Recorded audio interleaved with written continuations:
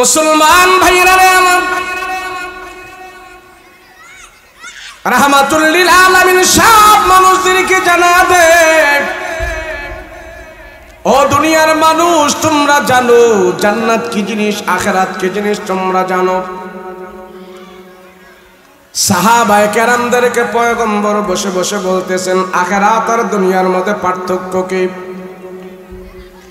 আখিরাত আর দুনিয়ার মধ্যে পার্থক্য হলো দুনিয়ার হায়াত আর আখিরাতের হায়াতের মধ্যে পার্থক্য।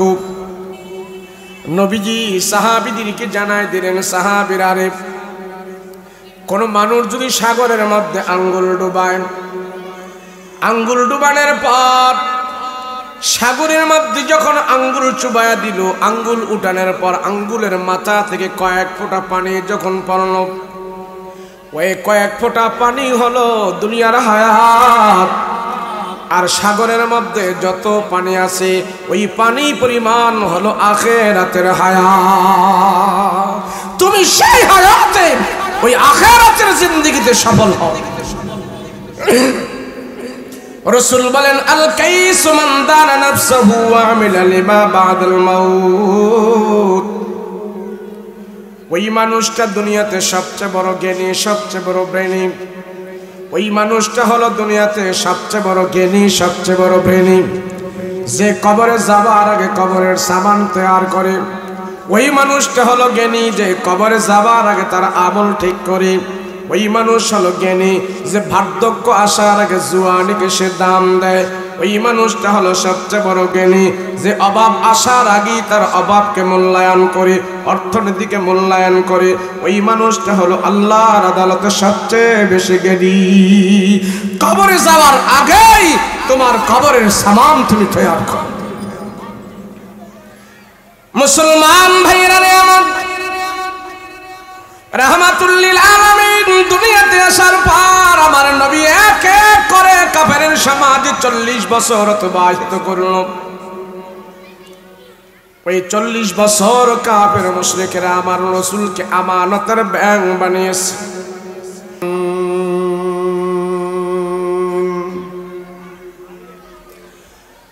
الذي أرسله الله تعالى بالحق بشيرا ونذيرا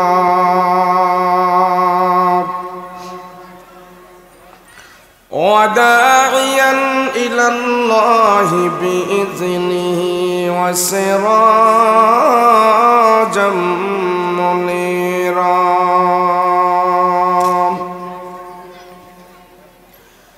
أما بعد فأعوذ بالله من الشيطان الرجيم.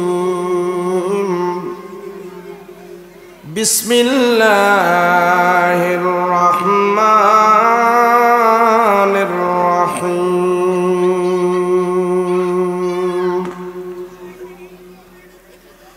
بل هو قرآن مجيد في لوح محفوظ.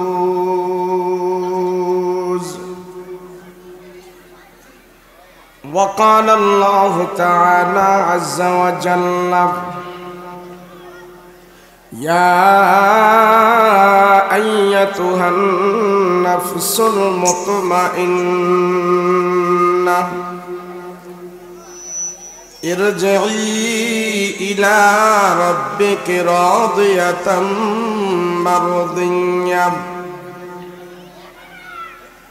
فادخلي في عبادي وادخلي جنتي.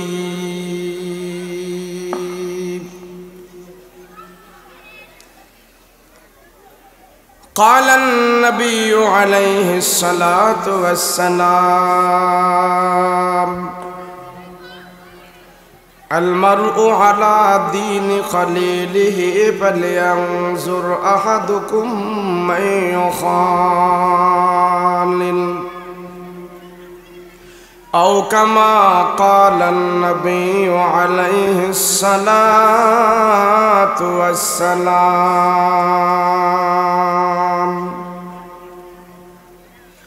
وقال تعالى في شان حبيبه ومحبوبه وما أرسلناك إلا رحمة للعالمين صلى الله على سيدنا ومولانا محمد وعلى آله وأصحابه أجمعين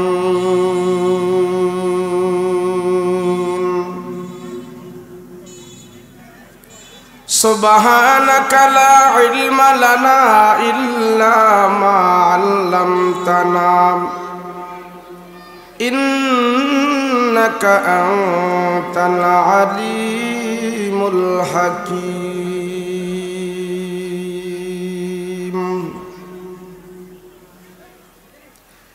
शाहान जहां सब है तेरे दिल के सवाली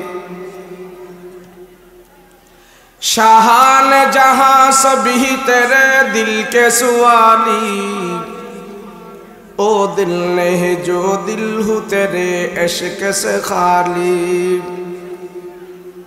ओ दिल नहीं जो दिल हूँ तेरे इश्क से खाली हैबत से तेरे फारस ईरन होए मरगूब हैबत से तेरे फारस ईरन होए मरगूब कैसा रुक से राकी भी शौकत होए मसलूब कैसा रुक से राकी भी शौकत होए मसलूब अल्हम्दुलिल्लाह अल्लाह पाकेर दरबारे शुक्र अदाय करছি বলি আলহামদুলিল্লাহ तालिमुल कुरान ওয়া সুন্নাহ হিফজ মাদ্রাসার উদ্যোগে ওয়াজ ও দোয়ার মাহফিল আল্লাহ রাব্বুল আলামিন আমাকে আপনাকে রহমতি বরকতি জান্নাতি পরিবেশে উপস্থিত করে দিয়েছেন সেজন্য আল্লাহর দরবারে আমরা শুকর আদায় করে বলি আলহামদুলিল্লাহ আল্লাহ যেন আমাদের এই মাহফিলকে আয়োজনকে কবুল করে নেয় নাজাতের উসিলা বানায় দেয় আল্লাহ পাক সর্বদিক থেকে যেন আমাদেরকে হেফাজত করে বলেন আমিন আল্লাহ যারে ভালোবাসে পছন্দ করে মহব্বত করে তারে দি আল্লাহ পাক এই জমিনে কোরআনের খেদমত করে আল্লাহ যার উপরে রহমতের দৃষ্টি বারবার দান করে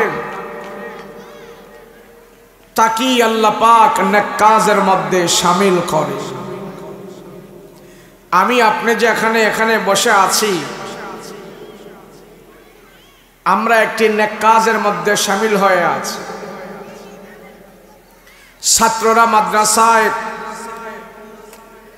কোরআনুল কারীম অধ্যয়ন করে শিক্ষা করে তেলাওয়াত করে 24 ঘন্টা সে ইবাদতের মধ্যে লিপ্ত থাকি আর আমরা এখানে অল্প সময়ের জন্য ইবাদতের মধ্যে লিপ্ত হয়েছি এই অল্প সময়কে কেন্দ্র করে আল্লাহ যেন আমাদেরকে নাজাত দান করে বলেন আল্লাহুম্মা আমিন বিভিন্ন উলামায়ে কেরাম বয়ান করবেন আজকে যিনারা এখানে আছেন সম্মানিত শ্রদ্ধাভাজন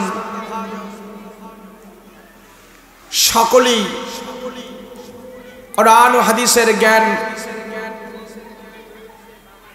জ্ঞান কোরআন ও হাদিসের জ্ঞান দিয়ে আমাদের মাঝে আলোচনা করবেন আমরা প্রাণ ভরে শুনব এবং আল্লাহ পাকের দরবারে আমরা আশা রাখবো যে আমাদের এই আয়োজন, এই মেহনতের দ্বারা যেন আল্লাহ নাজাতের ব্যবস্থা করে দেয়, বলেন আমিন।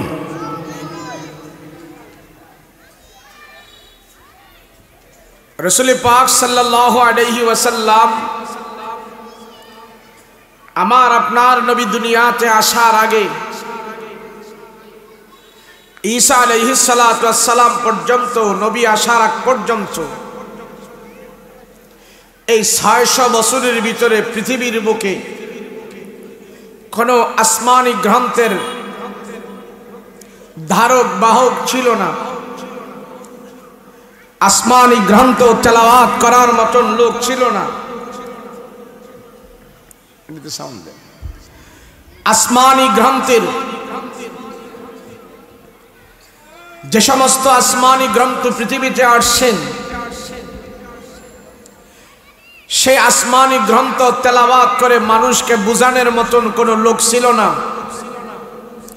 না ছিল ওয়াজ মাহফিল, না ছিল বক্তা, না ছিল মাদ্রাসা, না ছিল মসজিদ।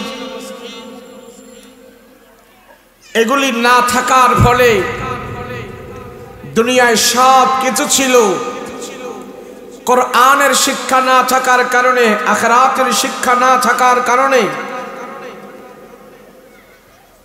কোরআনের তালিম না থাকার কারণে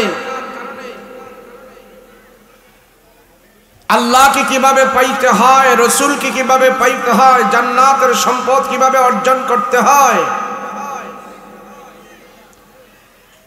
বুঝানেওয়ালা নবী রসুল ছিল না ৬০০ বছর। কয়শো বছর? ৬০০ বছর। ফলে সেই যুগে জাহালাত, জাহিলি, অত্যাচার, লুটতরাজ এমন একটা অশালীন অসভ্য যুগে পরিণত হয়েছে, যেই যুগের ইতিহাস কিয়ামত পর্যন্ত মানুষ স্মরণ করবে জাহেলিয়াতের সমাজকে। আল্লাহ দেখিয়েছেন আসমানি ইলম ছাড়া, আমার কালাম ছাড়া, আমার রসুলের আদর্শ ছাড়া জাহেলিয়াতের যুগের মানুষগুলো এমন অবাধ্য অত্যাচার লিপ্ত হয়েছিল, সামান্য একটু দ্বন্দ্ব বেঁধেই এরা খুনাখুনি করে ফেলতো, একে অপরকে মারামারি করে লাশ ফালিয়ে দিত, নেশা করত, মদ খাইত। যার বাড়িতে বেশি মদ থাকতো, মদের ঢাম থাকতো, আরে সবাই শিল্পপতি মনে করত, সেলুট দিত, সম্মান দিত। এটা জাহেলিয়াতের যুগের কথা বলছে। নারীর কোনো ইজ্জত ছিল না, সম্মান ছিল না, নারী ছিল ভোগের পাত্র। ওই দুঃসময়ে দুনিয়ার এই অবস্থার ভিতরে আল্লাহ পাক আমার আপনার রসুলকে প্রেরণ করেছেন। নবীজি ওই সময় ওই কাফিরের সমাজে এসে এক এক করে 40টি বছর অতিবাহিত করেছেন। কয় বছর? 40 বছর। 40 বছর শুধু তাদের সাথে চলাফেরাই করেছে রসুল, একদিনও তাদেরকে কালেমার কথা বলে নাই। এই 40 বছরের ভিতরে কোন মানুষ আমার রাসূলুল্লাহর খুঁত ধরতে পারে নাই, আমার রাসূলের কোনো ভুল ধরতে পারে নাই। জাহান্নাম কি জান্নাত কি কেউ চিনত না। সেই সমাজে আমার রাসূল 40টি বছর অতিবাহিত করেছেন। মানুষ তো রাসূলকে খারাপ বলবে দূরের কথা, আরো কাফের মুশরিকরা বলেছেন মুহাম্মদ তুমি হলে আল আমিন। মুহাম্মদ কি? আল আমিন, তুমি বিশ্বস্ত। এইভাবে আমার রাসূল তাদেরকে জান্নাতের দিকে আহ্বান করেছেন। এইভাবে আমার রাসূল তাদের সমাজে বসবাস করেছেন। যখনই রাসূলের বয়স 40-এ পদার্পণ হলো, 41-এ যায় পড়লো, তখনই আল্লাহ পাক বললেন হাবিব, ও আমার পয়গম্বর রাসূল, এবার আপনি সবাইকে জানিয়ে দেন এক আল্লাহর কথা জানিয়ে দেন। লাত, উজ্জা, মানাত, হবল, টবল এগুলির পূজা, মূর্তির পূজা, গাছের পূজা, বাঁশের পূজা, এগুলি থেকে মানুষদেরকে সরিয়ে আপনি তাওহীদের উপরে দাওয়াত দেন, এক আল্লাহর দিকে দাওয়াত দেন। যখনই আমার রাসূল এক আল্লাহর কথা বলা শুরু করেছে তখন থেকেই মক্কার কাফের মুশরিকরা আমার নবীজির প্রতি বেঁকে বসলো, রাসূলুল্লাহর বিরুদ্ধে অপবাদ দেওয়া শুরু করলো। নবী জান্নাতের দিকে ডাকতেছেন মানুষকে, নবী জাহান্নাম থেকে বাঁচাতে চাচ্ছেন মানুষকে। ওই জান্নাত থেকে জান্নাতের দিকে নেওয়ার জন্য, জাহান্নাম থেকে বাঁচার জন্য যে আহ্বান করতেছেন এটা তারা বুঝতেছে না, তারা বুঝতেছে উল্টা। তারা বুঝতেছে আমাদের বাপ দাদা বংশধর যারা আছে তাদেরকে অসম্মান করতেছে মুহাম্মদ। কিসের জান্নাতের দিকে, কিসের জাহান্নামের দিকে? আমাদের মন মতো ইবাদত বন্দেগী করেই আমরা জান্নাতের দিকে যাব। মন মতো ইবাদত করি কি জান্নাতে যাওয়া যাবে? মন মতো ইবাদত করি কি আল্লাহর জান্নাতে যাওয়া যাবে? কোরআন আছে, হাদিস আছে, অসংখ্য নবী রাসূল পৃথিবীতে আসছে। দেখেন না, পৃথিবীর যত মানুষ আছে সমস্ত মানুষের ভিতরেই আল্লাহ পাক জান্নাতের একটা আকর্ষণ দিয়েছে। যদি হিন্দুকে জিজ্ঞেস করা হয় মরার পরে কোথায় যাবেন, স্বর্গে যাব। যদি জিজ্ঞেস করা হয় খ্রিস্টানকে তুমি কোথায় যাবে, বলে আমি জান্নাতে যাব। যারা নামাজ পড়ে না, রোজা রাখে না, আল্লাহ মানে না, তারেও যদি জিজ্ঞাসা মরার পরে তুমি কোথায় যেতে চাও, সেও বলবে জান্নাতে যেতে চাই। অথচ জান্নাত আল্লাহ পাক রেখেছেন দুইটা শর্তের বিনিময়।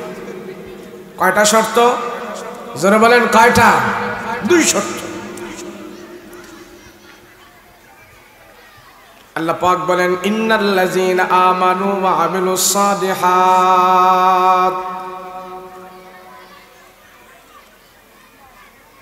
যত মানুষ দুনিয়া থেকে জান্নাতে যেতে চায় তাদেরকে আপনি জানায়া দেন রাসূল।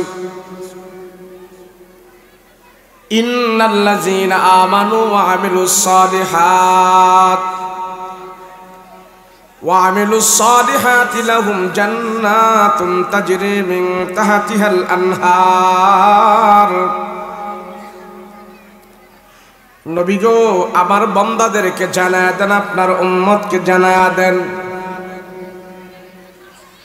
যারা জান্নাতে যেতে চায়, জান্নাতে যেতে চায়, জান্নাতে যেতে হলে দুইটা গুণ লাগবে তাদের, দুইটা গুণ। এক নম্বর হলো আমানু, এক নম্বর হলো ইন্নাল্লাযীনা আমানু, ঈমান লাগবে।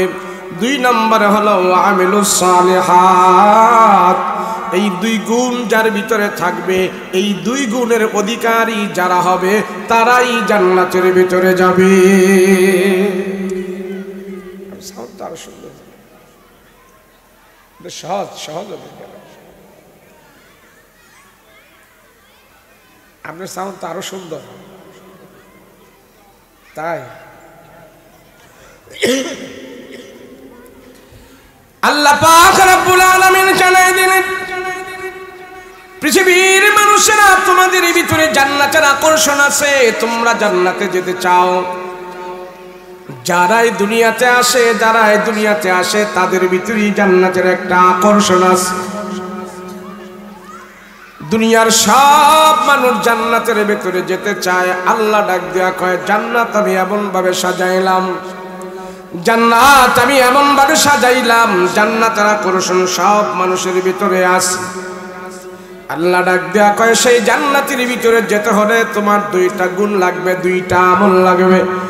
এক হইল ইন্নাল্লাযীনা আমানু, তুমি আমল হতে হবে, ঈমানওয়ালা হতে হবে, তোমার ভিতরে নেক আমল থাকতে হবে। নেক আমল এবং ঈমানওয়ালারা জান্নাতের দাবি করতে পারে। এই দুই কোয়ালিটির মানুষ ছাড়া জান্নাতের আশা করা যায় না। কোয়ালিটি কয়টা? জোরে বলেন কয়টা? দুই কোয়ালিটির গুণ লাগবে জান্নাতের ভিতরে যেতে গেলে। মুসলমান ভাইরা আমার, রাহমাতুল লিল আলামিন সব মানুষদেরকে জানা দে, ও দুনিয়ার মানুষ তোমরা জানো জান্নাত কি জিনিস, আখিরাত কি জিনিস তোমরা জানো। সাহাবায়ে কেরামদেরকে পয়গম্বর বসে বসে বলতেছেন আখিরাত আর দুনিয়ার মধ্যে পার্থক্য কি? আখিরাত আর দুনিয়ার মধ্যে পার্থক্য হলো দুনিয়ার হায়াত আর আখিরাতের হায়াতের মধ্যে পার্থক্য।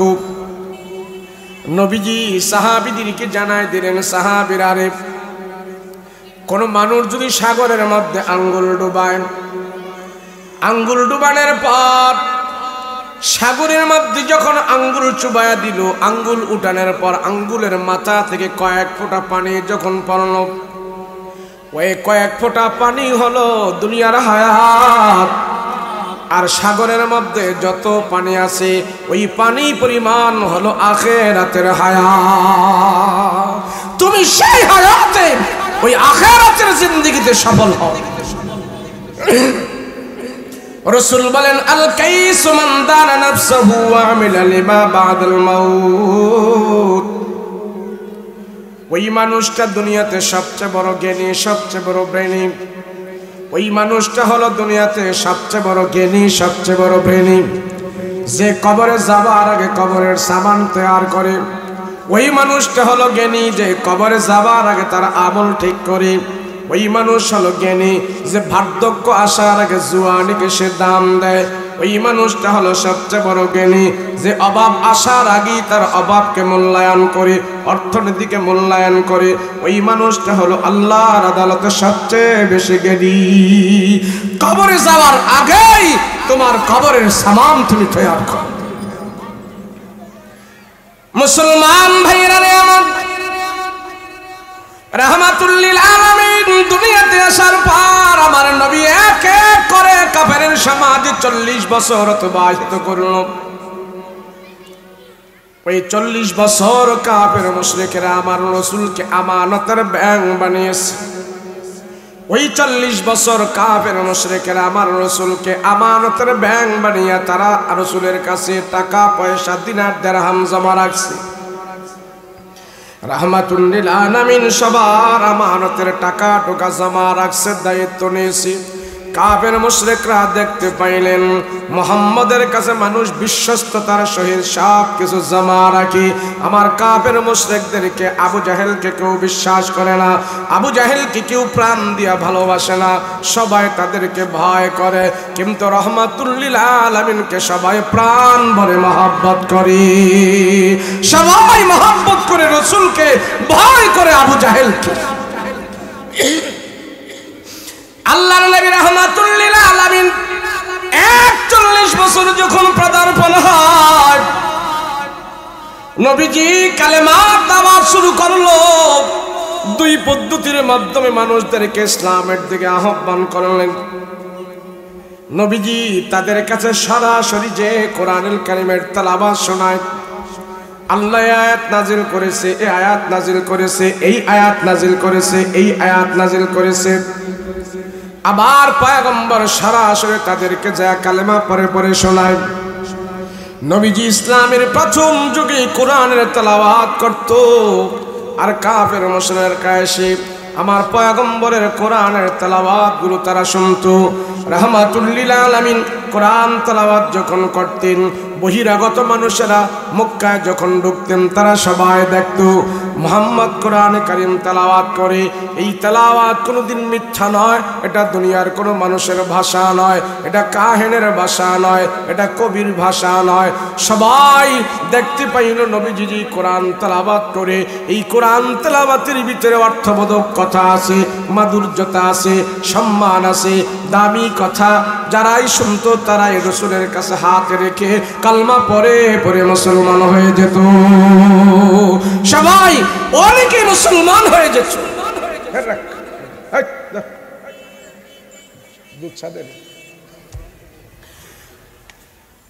রাহমাতুল লিল আলামিন আল্লাহর কাছ থেকে যে কোরআনের আয়াত পায়, এই আয়াতগুলো তেলাওয়াত করে করে নবীজি শোনায়।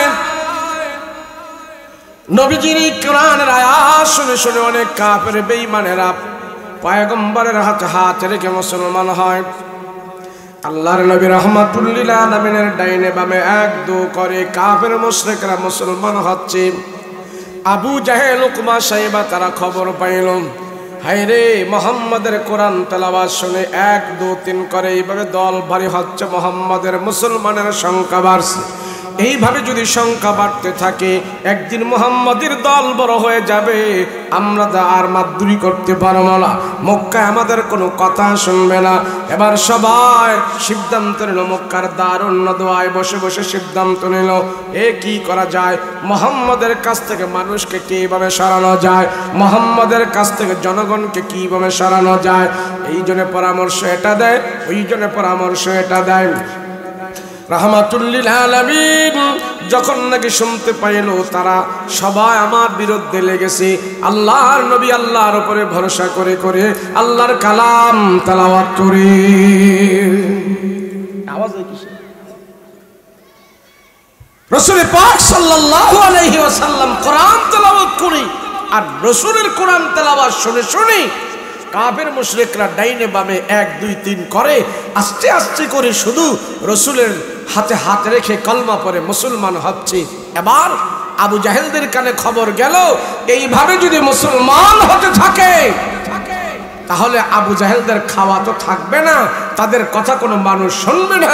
আবু জাহেল বলে, মুসলমান হওয়া থেকে মানুষদেরকে দূরে থাকার জন্য মুহাম্মাদের কোরআন তেলাওয়াত থেকে সবাইকে দূরে রাখতে হবে। রাহমাতুল লিল আলামিন কোরআন তেলাওয়াত করে রাসূল পাক সাল্লাল্লাহু আলাইহি ওয়াসাল্লামের কোরআন তেলাওয়াত মানুষ শুনতে আসে। মুহাম্মদ শেষ নবী, শ্রেষ্ঠ নবী, দুজাহানের নবী মুহাম্মদ রাসূল হইছে, নবী হইছে, তারপরে আর কোনো নবী নাই। বলেন আমাদের নবীর পরে কোনো নবী আছে? বলেন নবী আছে? বিশ্ব নবী, দুজাহানের নবী, সরদার দু আলম, রাসূলের পরে কোনো নবী নাই, খাতামুন নবিয়্যিন, আমার নবী শেষ নবী। এই কথা যারা না মানবে তারা মুসলমান থাকতে পারে না। কথা বলেন ঠিক কিনা? যদি কোনো মানুষ এই বিশ্বাস করে যে মুসলমান, আমি মুসলমান দাবি করেছি কিন্তু মুহাম্মদ শেষ নবী নয়, মুহাম্মদের পরে নবী আসতে পারে, এমন ধারণা যদি কারো থাকে সে নিঃসন্দেহে কাফের হয়ে যায়। আবু জাহেল উকবা সাইবারা তারা দেখলো মুহাম্মদের দল ভারী হয়ে যাচ্ছে, দূর দূরান্ত থেকে মানুষ এসে মুহাম্মদের কোরআন তেলাওয়াত শুনতেছে। হায় হায়, কোরআন তেলাওয়াত শুনে শুনে এইভাবে তারা দল ভারী হচ্ছে। এবার আবু জাহেল সবাইকে বলল কি করা যায়, সবাই পরামর্শ দেয়, ওই পরামর্শ দেয়।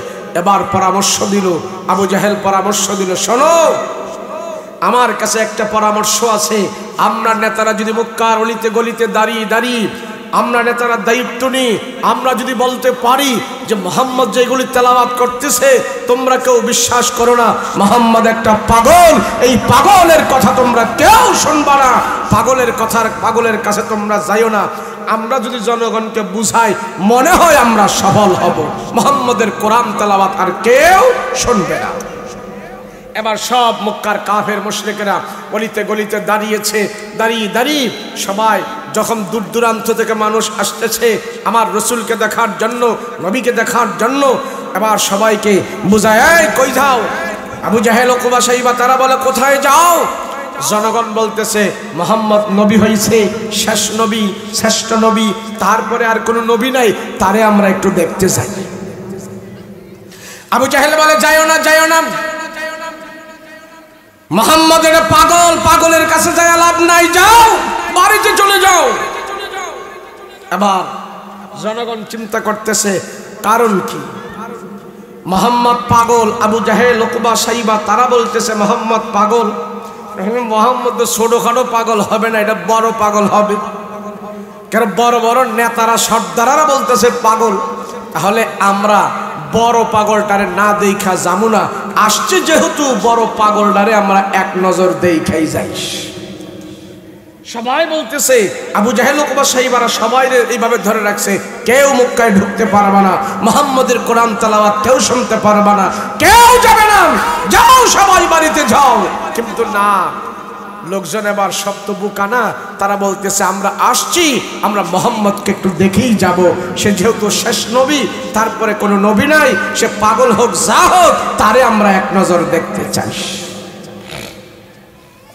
জনগণ এবার নেতাদের কথা মানে না, আবু জেহেল উকবা সাইবাদের কথা মানে না। জনগণ বলে তোমরা আমাদেরকে জায়গা দাও, আমরা মোহাম্মদকে দেখবো, আমরা মোহাম্মদকে দেখবো। পাগল হলো, পাগলটাকে আমরা দেখে যাই, পাগলটারই দেখে যাব। সব জনগণ এবার খানা কাবার ভিতরে ঢুকলো। হাতিমে কাবায় ঢুকে খুঁজতেছে মোহাম্মদ কোথায়, মোহাম্মদ কোথায়। আল্লাহর নবী রাহমাতুল লিল আলামিনকে খোঁজে তারা পাইতেছেন। এক জায়গায় যা তারা পাইল রাসূল আল্লাহর কালাম তেলাওয়াত করতেছে খানায়ে কাবাকে সামনে নিয়ে, খানায়ে কাবাকে সামনে নিয়ে আল্লাহর কালাম খুলতেছে, পড়তেছে, তেলাওয়াত করতেছে। আর আমার নবীর নুরানি চেহারার আলো খানায়ে কাবার দেয়ালের মধ্যে যা লেগেছে, রসুলের চেহারার আলো দেয়া পুরাটা খানায়ে কাবার দেয়াল আলোকিত হয়ে আছে। জনগণ চিন্তা করতেছে ব্যাপার কি, মোহাম্মদ যদি পাগল হয়ে থাকে তার চেহারার আলো তো এমন হওয়ার কথা নয়। নিঃসন্দেহে মোহাম্মদ পাগল নয়, পাগলের চেহারা এমন হতে পারে না। কথা বলেন ঠিক কিনা? আবু জাহেল কয় পাগল, উকবায় কয় পাগল, সাইবায় কয় পাগল, কিন্তু মোহাম্মদের চেহারায় তো বলে এটা পাগল না। মোহাম্মদের এত সুন্দর চেহারা, মায়াবী চেহারা, চুলগুলো যদি পাগল হতো, মোহাম্মদের চুলগুলো আলো জালো থাকতো, জামা কাপড় ফারাসাটা থাকতো, যদি মোহাম্মদ পাগল হতো, মোহাম্মদ তো এমন সুন্দর চেহারার হতো না। এবার জনগণ চিন্তা করলো দেখি কি ব্যাপার, যদি মোহাম্মদ পাগল হয়েই থাকে, মোহাম্মদ যে কোরআন তেলাওয়াত করে এই কোরআন তেলাওয়াতের আগা গোড়া তো ঠিক থাকবে না, কেননা পাগলের কথা তো ঠিক নাই। পাগলে একবার গান গায়, আরেকবার গজল গায়, পাগলে একবার বাংলা কয়, আরেকবার ইংলিশ কয়, এখানতে এক কলি ওখানতে এক কলি। দেখি মোহাম্মদ যেই তেলাওয়াত করে এই তেলাওয়াতের আগা গোড়া মিল আছে কিনা। নবীজি কোরআন তেলাওয়াত করতেছে আর সব বেদুইন দূর দূরান্ত থেকে, গাঁও গ্রাম থেকে, নারী পুরুষ তাহাজ্জুদ হয়, তারাই এখন বলতেছে না মাদ্রাসায় তো জঙ্গি নাই, নাই নাই, কোন জলসা আছে বাংলাদেশের জন্য রহমত এবং বরকত। এই বাংলাদেশের ভিতরে ছোট্ট একটি দেশ, শিশু রাষ্ট্র, এই ছোট্ট একটি শিশু রাষ্ট্রের ভিতরে হাজার হাজার আলেম উলামা তৈরি হয়ে গেছে, মসজিদ মাদ্রাসা হয়েছে, ইসলাম প্রিয় মানুষ হয়েছে, টুপিওয়ালা বেড়েছে, বুরকাওয়ালা বেড়েছে, ধর্মওয়ালা বেড়েছে, কর্মওয়ালা বেড়েছে, আলেম উলামা বেড়েছে। সেই জন্য ইসলাম বিদ্বেষীদের গায়ে এখন আগুন ধরে গিয়েছে। তারা চায় মাদ্রাসা না হোক, তারা চায় মসজিদে এত লোক না থাক, তারা চায় এই সমাজের ছেলের যেন কোরআন না পড়ে, কেননা কোরআন পড়লে, হাদিস পড়লে এই সমাজের চোর বাটপারদের চুরি বাটপারি বন্ধ হয়ে যাবে। কথা বলেন ঠিক কিনা? সেজন্য তারা চায় এত মাদ্রাসার কি দরকার, এত মাওলানার কি দরকার, এত মৌলবীর কি দরকার, তুই কি বুঝবি দরকার। সেজন্য এই বাংলাদেশ এখন এমন এক পর্যায়ে গিয়েছে, আলহামদুলিল্লাহ আলেম উলামাদের মেহনতের কারণে এই বাংলাদেশের ভিতরে বর্তমানে 2 লক্ষের উপরে কোরআনের হাফেজ আল্লাহ তৈরি করে দিয়েছে। 2 লক্ষের উপরে কোরআনের হাফেজ এই বাংলাদেশে আছে। তাম পৃথিবী একদিকে আর বাংলাদেশ আরেক দিকে। ইনশাআল্লাহ আলেম উলামাদের নির্লস প্রাণবন্ত চেষ্টা, মেহনত সামনের দিকে এগিয়ে যাবে। যত বাধা দাও কোনো কাজ হবে না। আলেম উলামা জানের বাজি রেখে প্রাণের চাইতে বেশি কোরআনকে মহব্বত করে এই জমিনে কোরআনের আইন প্রতিষ্ঠা করবে ইনশাআল্লাহ। যত বাধা দিছে না, আবু জাহেলরা বাধা দিছে, উকবায় বাধা দিছে, সাইবায় বাধা দিছে, মোহাম্মদ পাগল কইয়া চালাই দিছে, কিন্তু জনগণ খায় না। এই দেশের জনগণ এখন স্পষ্ট বুঝেছে আলেম ওলামারা কোনোদিন এই জাতির শত্রু নয়, আলেম ওলামারা কোনোদিন এই দেশের শত্রু নয়, আলেম ওলামারা মানুষের মানুষের একদম কাছের মানুষ, হৃদয়ের মানুষ, দেশ ও স্বাধীনতা রক্ষার জন্য একমাত্র আলেম ওলামারাই চেষ্টা করছে এবং করবে। সারা বিশ্বে, সারা দুনিয়াতে এখন বাংলাদেশের সুনাম সুখ্যাতি উজ্জ্বল হয়ে রয়েছে। সৌদি আরবে কোরআন নাজিল হয়েছে, সৌদি আরবে কোরআন নাজিল হয়েছে। মিশরের মানুষ সবচেয়ে বেশি কোরআন তেলাওয়াত করতে পারে, মিষ্টভাষী। সারা দুনিয়াতে যত প্রতিযোগিতা হয় কোরআন তেলাওয়াতে, সহিহ শুদ্ধ করে পড়া, লেহান, তবিয়ত, তারবিজে যত কিছু আছে, বাংলাদেশের ছেলেরা আরবের ছেলেদেরকে ফেল করে। বাংলাদেশের ছেলেরা ফার্স্ট হয়ে সোনার মেডেল নিয়ে তারা বাংলাদেশে ফিরে আসে। আর সব আরববাসীরা তাকায় থাকে, হায় রে বাঙালি, তুই কত ঊর্ধ্ব হয়ে গেলি, আল্লাহর কোরআন আমাদের সন্তানের চাইতেও তুই বাঙালি আরো শুদ্ধ করে পড়তে পারলি। সেজন্য বিজাতি, বেঈমান, মুশরিক, নাসারা তাদের এখন গায়ে জ্বালা পোড়া হয়ে গেছে। মাদ্রাসা, এত মাদ্রাসা থাকতে পারবে না, এত মসজিদ কেন, এত মাদ্রাসা কেন, এত মাদ্রাসা, এত মসজিদ, এগুলি আমাদের জন্য কি খারাপ না ভালো? আমরা আরো চাই বাংলার জমিনে প্রত্যেক দিন মাদ্রাসা থাকবে, মসজিদ থাকবে। এটাই তো আমাদের দাবি। মানুষ ইমানদার হবে, মুত্তাকি হবে, পরহেজগার হবে, আল্লাহকে চিনবে, চুরি ডাকাতি সব বন্ধ হয়ে যাবে, ভালো হয়ে চলবে, নম্র হয়ে চলবে। এটাই তো আমরা চাই। কে আসছে? মাশাআল্লাহ, মাশাআল্লাহ, জি দেন। নারায়ে তাকবীর, নারায়ে তাকবীর। প্রধান মেহমানের আগমন, শুভেচ্ছা স্বাগতম। মন্ত্রী ঘোড়ার পক্ষ থেকে লাল গোলাপ শুভেচ্ছা। তালিবুল কুরআন ওয়া সুন্নাহ হিফজ মাদ্রাসার পক্ষ থেকে নারায়ে তাকবীর।